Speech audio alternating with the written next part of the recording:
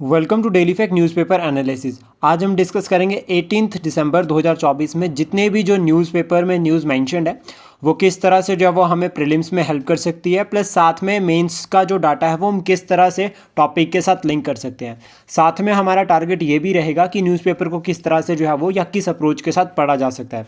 अगर आप हमारे साथ नए जुड़े हो तो आप हमारे इनिशिएटिव को सब्सक्राइब कर सकते हैं और साथ में शेयर कर सकते हैं। प्लस अगर आप हमारे साथ करंट अफेयर क्लासेस में लाइव जुड़ना चाहते हैं तो आप हमें जो है वो कॉन्टैक्ट कर सकते हैं on Telegram as well as on WhatsApp. तो शुरुआत करते हैं आज के कुछ इंपॉर्टेंट करंट अफेयर और हम देखेंगे कि वो करंट अफेयर जो है वो हमें किस तरह से पढ़ने हैं। स्पेशली हम बात करेंगे न्यूज़पेपर्स में द हिंदू और इंडियन एक्सप्रेस। तो शुरुआत करते हैं टॉपिक्स के साथ। तो जो सबसे पहला टॉपिक है वो साइमल्टेनियस इलेक्शन से लिंक करता है, यानी कि ये टॉपिक जो है वो GS2 का है। GS2 के पॉइंट ऑफ व्यू से अगर हम बात करें यानी कि पॉलिटी एंड गवर्नेंस, प्लस साथ में ये लिंक करता है इलेक्शन सिस्टम के साथ। इलेक्शन सिस्टम की जब हम बात करते हैं तो हमें सबसे पहले याद रखना है कि इलेक्शन कमीशन ऑफ इंडिया, यानी कि हम आर्टिकल 324 को पढ़ सकते हैं और इलेक्शन कमीशन ऑफ इंडिया के बारे में बेसिक समझ सकते हैं। सेकंड, उसके बाद हम बात करेंगे साइमल्टेनियस इलेक्शन के बारे में। तो यहाँ पर हमें वन नेशन वन इलेक्शन, यानी कि साइमल्टेनियस इलेक्शन को जो है वो वन नेशन वन इलेक्शन भी कहा जाता है। तो इसके रिगार्डिंग हमें मेरिट डिमेरिट दोनों पता होनी चाहिए, क्योंकि अभी अगर आप देखोगे क्वेश्चन की बात करें अगर हम, तो मेंस में जो है वो आपका साइमल्टेनियस इलेक्शन पर जो है वो नोट आ सकता है कि critically discuss the concept of one nation one election. तो जब बात की जाती है क्रिटिकली डिस्कस करने की तो उस केस में आपके पास मेरिट्स और डिमेरिट्स दोनों होनी चाहिए ताकि हम उसको अपने आंसर में ऐड कर सके। प्लस साथ में हमें कोशिश करनी है कि यहाँ पर हमें रिपोर्ट्स या डाटा को मेंशन करना है। उसके बाद यहाँ पर हम सजेशंस भी बता सकते हैं अपने, और वे फॉरवर्ड हमारे रहेंगे। प्लस न्यूट्रल यहाँ पर कंक्लूजन होना चाहिए जिसमें हम ये बता सकते हैं कि जो साइमल्टेनियस इलेक्शन है वो डेमोक्रेसी को और स्ट्रेंथन करते हैं ताकि हम एक पॉजिटिव बैलेंस जो है वो कंक्लूजन बना सके। फिर उसके बाद रिसेंट की अगर हम बात करें तो 129th amendment bill, constitutional amendment bill की यहाँ पर बात की जा रही है। और वेरियस कमेटीज़ के रिगार्डिंग अगर हम बात करें, लाइक फॉर एग्जांपल जो रामनाथ कोविंद कमेटी बनाई गई थी, फॉर्मर प्रेसिडेंट है हमारे, इनके अंडर एक कमेटी बनाई गई थी with respect to the simultaneous election. तो इन्होंने कहा था कि संविधान में बहुत सारी आपकी संविधान में बहुत सारी अमेंडमेंट्स करनी पड़ेगी। प्लस लॉ कमीशन की रिपोर्ट ने भी कहा था कि अमेंडमेंट करनी पड़ेगी। तो हमें ये क्लियर पता होना चाहिए कि कॉन्स्टिट्यूशनल अमेंडमेंट होती क्या है, और इसके रिगार्डिंग हम आर्टिकल 368 को भी पढ़ सकते हैं, आजकल काफ़ी न्यूज़ में चल रहा है। तो आर्टिकल 368 हो गया। प्लस अमेंडमेंट का प्रोसीजर क्या रहेगा और प्रोसेस, यानी कि एक बिल को एक्ट बनने तक की जो पूरी प्रोसेस रहेगी वो हमें पढ़नी है। देन उसका इम्प्लीमेंटेशन। तो इस टॉपिक से जो पूरा हमारा GS2 का एक टॉपिक इलेक्शन के रिगार्डिंग कवर हो जाएगा अगर हम इस अप्रोच को लेकर चलते हैं। देन उसका नेक्स्ट अगर हम बात करें तो मणिपुर, रिगार्डिंग मणिपुर जो वॉयलेंस केसेस चल रखे हैं उसके रिगार्डिंग स्पेशल इन्वेस्टिगेशन टीम बनाई गई थी। तो यहाँ पर सबसे पहला पॉइंट आता है कि मणिपुर वॉयलेंस से हमें लिंक करना है इसको GS1 और GS3। GS1 में अगर हम बात करें तो सोसाइटी के साथ ये टॉपिक लिंक होता है, यानी कि मणिपुर वॉयलेंस। देन उसका GS3 में लिंक होता है इंटरनल सिक्योरिटी के साथ। अभी प्रीलिम्स के लिए हमें नॉर्थ ईस्ट रीजन को पढ़ना जरूरी है, तो नॉर्थ ईस्ट रीजन को हम स्पेशल पढ़ सकते हैं यहाँ पर मैप पॉइंट ऑफ व्यू से। स्टेट बॉर्डर्स हम लर्न कर सकते हैं कौन सी किसके साथ बॉर्डर शेयर कर रही है, प्लस इंटरनेशनल बॉर्डर, यानी कि यहाँ पे हम 3 कंट्रीज़ के बारे में पढ़ सकते हैं, म्यांमार, चाइना और बांग्लादेश। 3 कंट्रीज़ हैं जो आपका जो है वो, और भूटान, फोर्थ भूटान, जो आपका जो है वो नॉर्थ ईस्ट रीजन में जो है बॉर्डर शेयर करती है इंटरनेशनल पॉइंट ऑफ व्यू से। Then geographical features prelims point of view से पढ़ सकते हैं। तो सबसे पहले माउंटेन रेंजेस, जो स्मॉल हिल्स है आपकी, या हिमालयन जो है आपका नॉर्थ ईस्ट रीजन में है। द्वार रीजन को हम पढ़ सकते हैं, द्वार्स होते क्या है, रिवर्स और लेक्स, ये दोनों को हम पढ़ सकते हैं। और स्पेशली लेक्स की अगर हम बात करें तो त्रिपुरा में जो इंपॉर्टेंट लेक है वो हमें पता होनी चाहिए। देन उसके बाद रिवर्स के बारे में, लाइक ब्रह्मपुत्र रिवर हो गई, या संकोश रिवर हो गई, या तीस्ता रिवर, तो ये हमें बहुत अच्छे से क्लियर करनी है। टाइगर रिजर्व्स, नेशनल पार्क और वाइल्ड लाइफ सेंचुरीज सारे नहीं पढ़ने, जो सिर्फ न्यूज़ में है वही हम कवर कर सकते हैं नॉर्थ ईस्ट के जोग्राफिकल पॉइंट ऑफ व्यू से। प्लस यहाँ पर हम ट्राइब्स के बारे में भी पढ़ सकते हैं कि जो ट्राइब्स न्यूज़ पे चल रही है, जैसे फॉर एग्जांपल अत्तापानी ट्राइब और अरुणाचल प्रदेश की काफ़ी न्यूज़ में रहती है और प्रीलिम्स में क्वेश्चन बन भी रखा है। Then mains point of view से अगर हम बात करें यहाँ पे तो इंटरनल सिक्योरिटी का ये टॉपिक रहता है जिसमें हम क्राइसिस को पढ़ सकते हैं कि ये जो क्राइसिस चल रहे हैं, पहले पता होना चाहिए कि क्राइसिस का इम्पैक्ट क्या रहता है, सोशल, पॉलिटिकल और इकोनॉमिक। फिर उसके बाद हम यहाँ पर एक पॉइंट और भी ऐड कर सकते हैं, रीजंस क्या है, क्यों जो है वो आपका क्राइसिस हो रहे हैं, वो रीजंस भी हम यहाँ पर पढ़ सकते हैं। फिर उसके बाद मणिपुर अगर रीजन है, लाइक क्राइसिस को जब आप कवर कर लेते हो कि क्यों ये हो रहे हैं। फिर उसका सोशल पे हम देखते हैं, तो सोशल में हमें पता चलता है कि आउटसाइडर्स की entry specially in the tribal region, जैसे कि फॉर एग्जांपल रोहिंग्याज इशू। फिर यहाँ पर पॉलिटिकल पॉइंट ऑफ व्यू से हम पढ़ सकते हैं ट्राइबल ऑटोनोमस काउंसिल और inner line permit. Inner line permit tribal autonomous council की जब हम बात करते हैं तो यहाँ पर 6 शेड्यूल आ जाता है, स्पेशली जहाँ पर 4 स्टेट्स को मेंशन किया गया, असम, मेघालय, त्रिपुरा, मिजोरम। तो इस तरह से हम लिंक करके इसको पढ़ सकते हैं। फिर उसका इकोनॉमिक पॉइंट ऑफ व्यू अगर हम बात करें, इसी टॉपिक से हम लिंक कर रहे हैं इसको, तो employment opportunities, regional growth, minor forest produce और हाइड्रो पावर पोटेंशियल, ये इकोनॉमिक फ्रंट रहता है। तो ये 3 फ्रंट है जिस पर आपका नॉर्थ ईस्ट जो है वो लिंक करता है। और स्पेशली क्राइसिस के बाद या रीजंस के बाद हम बता सकते हैं कि जो है वो सोशल पॉइंट ऑफ व्यू पे क्या मेजर ले सकते हैं, इकोनॉमिक पर, पॉलिटिकल पर। फाइनली फिर उसके बाद एक यहाँ पर GS3 के साथ एक और टॉपिक लिंक करता है, दैट इज़ आपका इकोलॉजी एंड एनवायरमेंट। और इस केस में यहाँ पर हम एनवायरमेंट से रिलेटेड जो है वो चैलेंजेस बता सकते हैं, लाइक जूम कल्टीवेशन एक सबसे बड़ा चैलेंज रहता है। फॉरेस्ट कवर का हम बता सकते हैं कि नॉर्थ ईस्ट रीजन में फॉरेस्ट कवर कम होता जा रहा है। ट्राइब्स के बारे में हम पढ़ सकते हैं और ट्राइब्स का रोल इन एनवायरमेंट कंजर्वेशन, ये काफ़ी इंपॉर्टेंट रहता है। देन उसके बाद नेक्स्ट अगर हम बात करें तो यहाँ पर दिल्ली की जो एयर पोल्यूशन है उसके रिगार्डिंग जो है वो ये न्यूज़ रहती है, GS3 का ही ये टॉपिक है।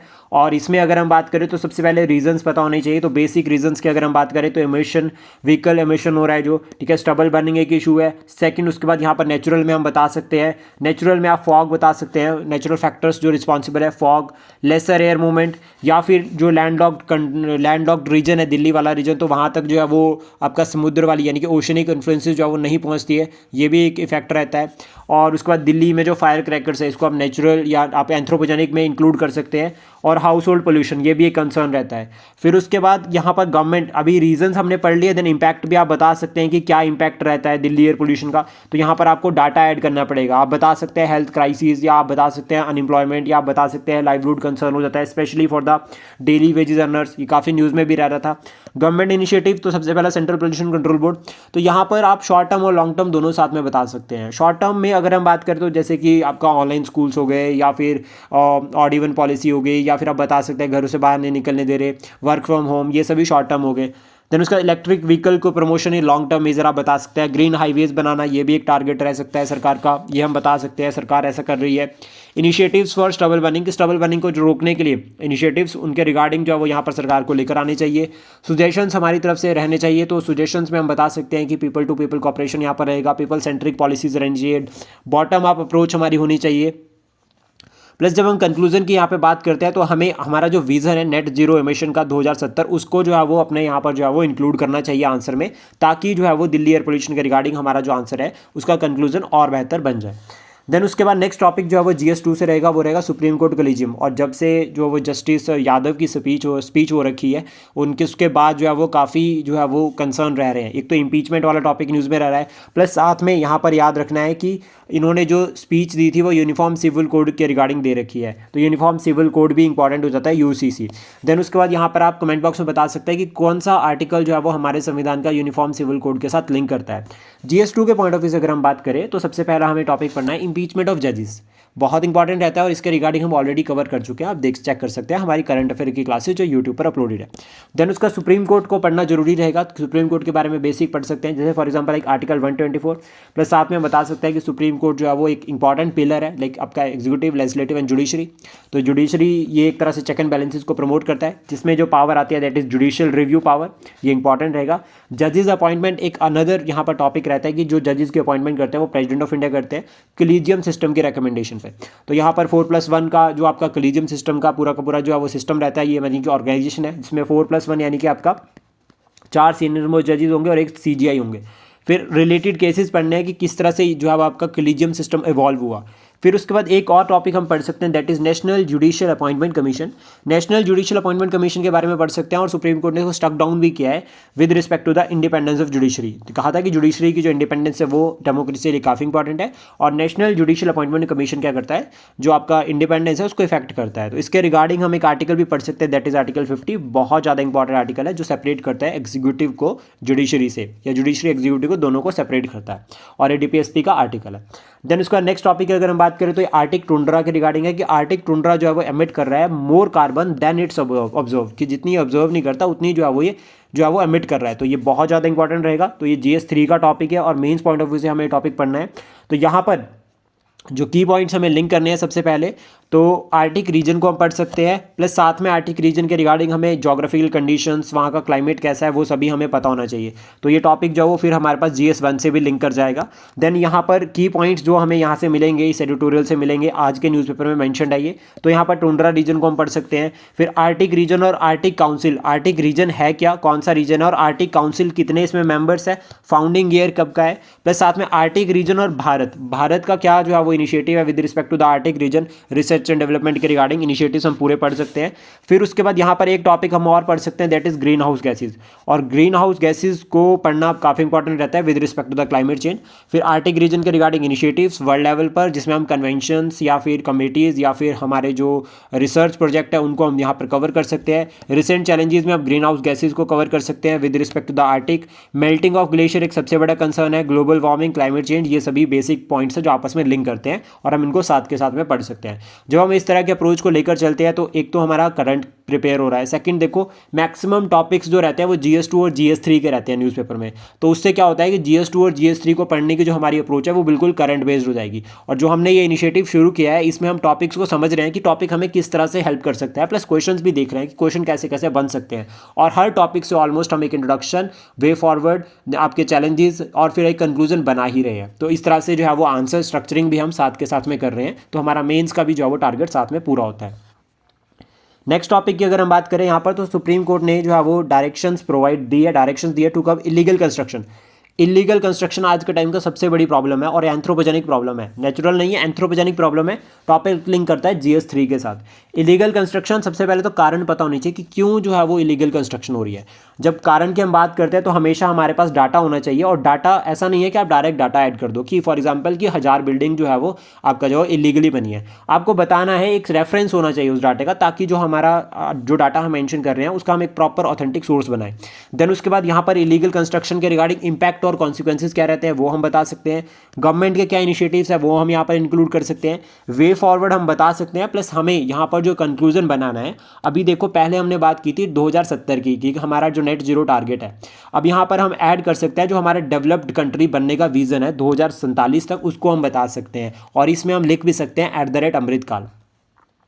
देन उसके बाद नेक्स्ट जो टॉपिक रहेगा प्रीलिम्स पॉइंट ऑफ व्यू से काफ़ी इंपॉर्टेंट रहता है। यहाँ पर अगर हम बात करें, ट्री गॉडेस कहा जाता था इनको, तुलसी गौड़ा, ये जो है वो आपकी कर्नाटका से बिलोंग करते थे, और इनकी जो है वो डेथ हो गई, अभी 86 ईयर ओल्ड के थे ये, और इन्होंने जो है वो एनवायरमेंटलिस्ट थे एक, और इन्होंने पेड़ों को बचाने के लिए बहुत एफर्ट्स किए हैं, और इनके एफर्ट्स कहीं ना कहीं सक्सेसफुल भी रहे हैं, और कर्नाटका में जो है वो काफ़ी जो है वो फॉरेस्ट कवर इंक्रीज भी हुआ है। तो मेंस के लिए हम अगर बात करें तो ये एज एन एग्जाम्पल हम ऐड कर सकते हैं। केस आपका जो केस स्टडी में अगर हम बात करें तो ये स्टोरी बन सकती है, प्लस ऐसे राइटिंग में हम इनके अचीवमेंट्स के बारे में भी बात कर सकते हैं with respect to the environment conservation. और जब हम बात करते हैं पीपल्स पार्टिसिपेशन या जो पब्लिक का पार्टिसिपेशन रहता है with respect to environment conservation, तो वहाँ पर हम इस तरह के जो है वो एग्जाम्पल्स को ऐड कर सकते हैं। पब्लिक प्राइवेट पार्टनरशिप एक कोर एस्पेक्ट रहता है, ये काफ़ी इंपॉर्टेंट रहता है, इसको भी हम ऐड कर सकते हैं एनवायरमेंट कंजर्वेशन के रिगार्डिंग। और इनको पद्मश्री मिल रखा है, तो सबसे पहले हमें ये पता होना चाहिए कि रिसेंट वन किसको मिल रखा है, यानी कि फॉर एग्जांपल इनको जो है 2021 में पद्मश्री मिला था, फर्स्ट किसको मिला है पद्मश्री वो पता होना चाहिए, और कंस्टिट्यूटेड ईयर ये भी बहुत इंपॉर्टेंट रहता है। इसके बाद में अदर अवार्ड्स को भी पढ़ सकते हैं, लाइक भारत रत्न हो गया, ठीक है, पद्म विभूषण हो गया, इनको पढ़ सकते हैं साथ के साथ में।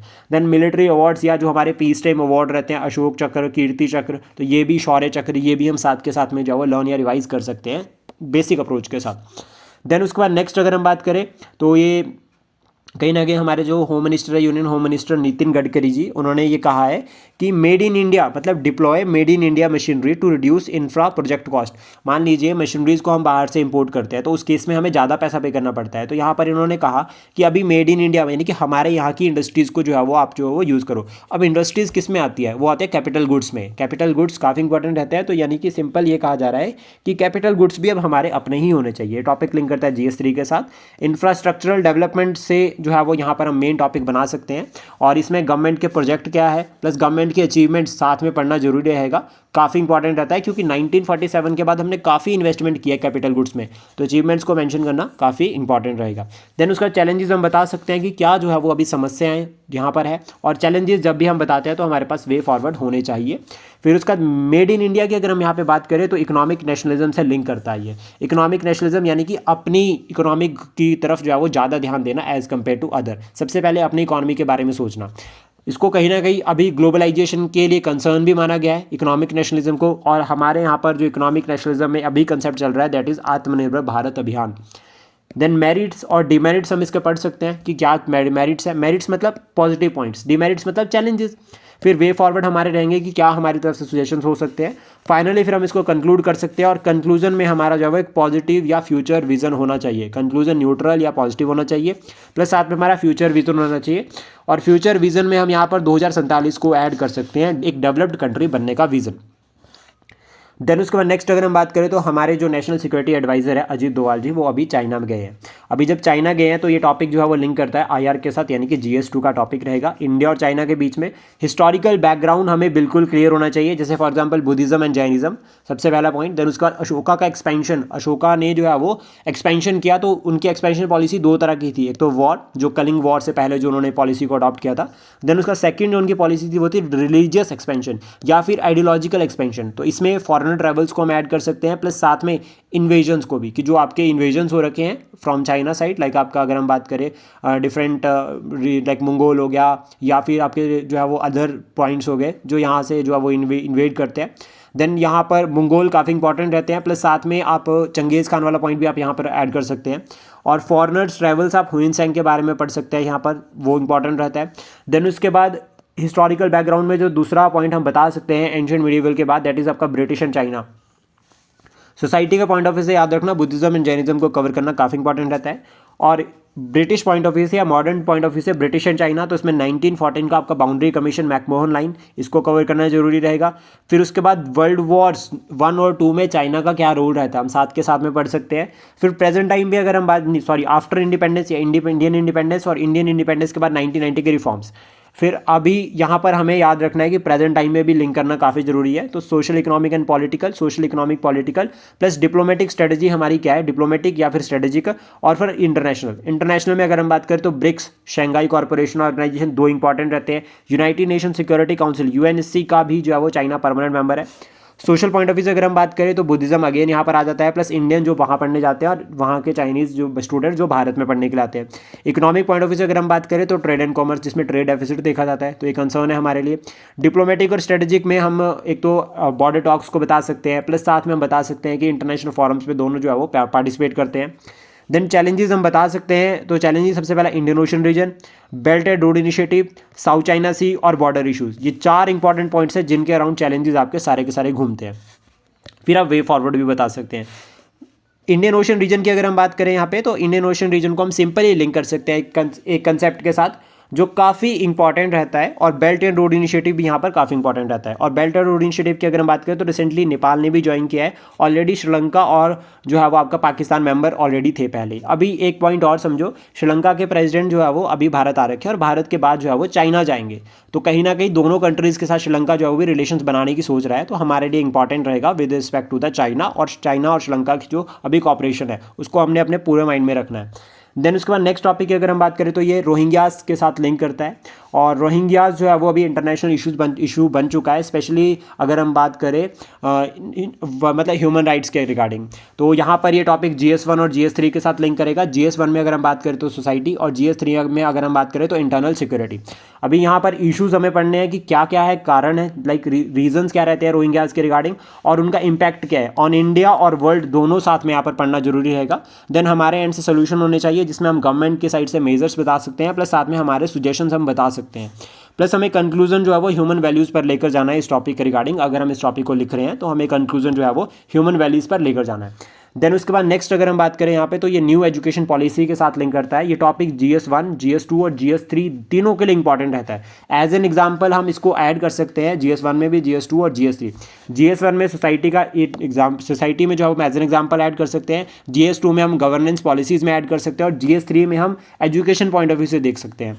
तो न्यू एजुकेशन पॉलिसी के बारे में बेसिक हमें पता होना चाहिए, जिसमें बिल्कुल बेसिक हमें पढ़ना है सबसे पहले कि न्यू एजुकेशन पॉलिसी है क्या।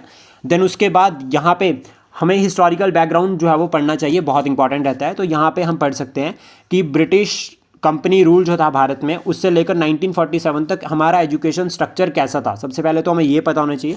और इसमें कमीशन और कमेटीज एग्जाम में पूछी जाती है। लाइक अगर आप प्रीवियस ईयर क्वेश्चन उठाकर देखोगे, हंटर कमीशन पूछ रखा है, हंटर कमेटी पूछ रखी है, वुड्स डिस्पैच पूछ रखा है, ठीक है, या फिर चार्टर एक्ट 1813 पूछ रखा है जिसमें सबसे पहले कहा गया था कि 1 लाख रुपए खर्च करना है, चार्टर एक्ट 1833 जिसमें इंग्लिश मीडियम होगा, या फिर एंग्लो अगर हम बात करें यहाँ पर जो मॉर्ले मिंटो सॉरी आपका मैकुले मिनट जो कंट्रोवर्सी हो रखी है वो भी इंपॉर्टेंट रहती है, वुड्स डिस्पैच इंपॉर्टेंट रहता है, वर्धा स्कीम इंपॉर्टेंट रहती है, तो ये सभी हम कवर कर सकते हैं। देन पॉलिसीज आफ्टर इंडिपेंडेंस, तो इसमें हमें क्लियर पता होना चाहिए कि कौन कौन सी पॉलिसीज आफ्टर इंडिपेंडेंस या एजुकेशन के रिगार्डिंग प्लान। फिर न्यू एजुकेशन पॉलिसी के बारे में हमें देखो विजन पढ़ना है, इसके फीचर्स पढ़ने हैं, इनिशिएटिव्स पढ़ने हैं, चैलेंजेस पढ़ने हैं, वे फॉरवर्ड पढ़ने हैं, और देन उसके बाद कंक्लूजन पॉजिटिव रहना चाहिए और हमें कंक्लूजन को फ्यूचर के साथ लिंक करना है। स्पेशली यहाँ पर हम कंक्लूजन जो है वो एक तो सस्टेनेबल डेवलपमेंट गोल्स के साथ लिंक कर सकते हैं, और सेकंड हम यहाँ पर जो है वो कंक्लूजन को लिंक कर सकते हैं हमारे जो हमारा इंडिपेंडेंट लाइक हमारा जो लाइक 2047 तक जब हमारे जो 100 साल हो जाएंगे हमें याद हुए, तो वहाँ पर हमारा टारगेट रहा है कि हमें जो है एक डेवलप्ड कंट्री बनना है, तो हम उसके साथ भी ये जो कंक्लूजन को लिंक कर सकते हैं। देन एजुकेशन सिस्टम को पढ़ेंगे अगर हम पॉइंट ऑफ व्यू से, लाइक हम जो है वो एंशिएंट टाइम में एजुकेशन कैसी थी, लाइक वैदिक कल्चर, मेडिवल टाइम में अगर हम बात करें तो मुगल रूल था, दिल्ली सल्तनत, और देन अब बाबर अकबर, तो वहाँ पर एजुकेशन सिस्टम कैसा था।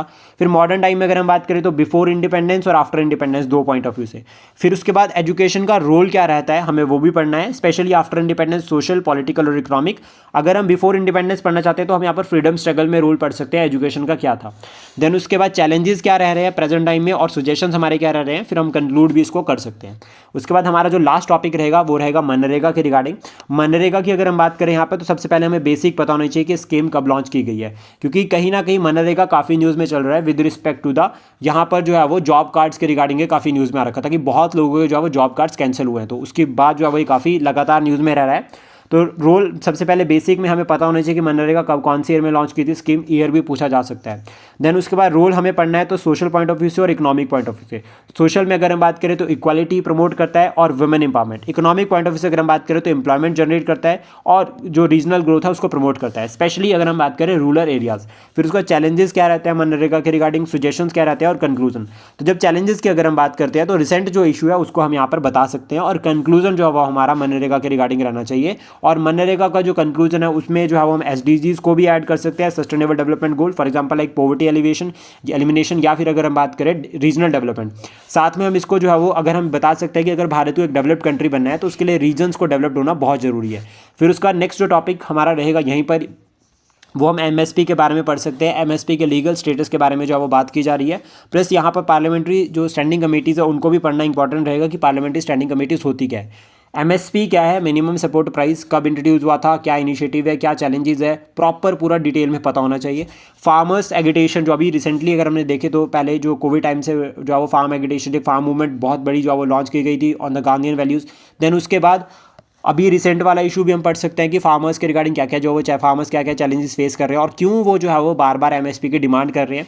डायरेक्ट बेनिफिट ट्रांसफर हम पढ़ सकते हैं, स्पेशली इसको लिंक करना है पीएम किसान सम्मान निधि योजना, क्योंकि ये कहा जा रहा है यहाँ पर अगर हम बात करें डबल पीएम किसान सम्मान अमाउंट, कि जो पीएम किसान योजना में जो आपको पैसा मिल रहा है 6,000 रुपये, उसको डबल कर दिया जाएगा 12,000, ऐसा सरकार कह रही है अभी। यानी कि इसमें जो है वो 6,000 मिलता था 3 इंस्टॉलमेंट में, तो पॉसिबिलिटी 12,000, तो ये काफ़ी इंपॉर्टेंट रहेगा direct benefit transfer. So at the end अगर आप हमारे साथ लाइव क्लासेस में जुड़ना चाहते हैं तो आप हमें जो है वो टेलीग्राम पर या व्हाट्सएप पर कांटेक्ट कर सकते हैं, जिसमें हमारी करंट अफेयर के रिगार्डिंग स्पेशल क्लासेस चल रही है, और इसमें हम जो है वो स्टैटिक फैक्ट्स को भी रिवाइज कर रहे हैं, प्लस साथ में हम डेली के करंट अफेयर और हम जो है वो प्रीवियस 1 ईयर का करंट अफेयर जो है वो इसमें कवर करेंगे। Thank you, please support, share and subscribe daily fact.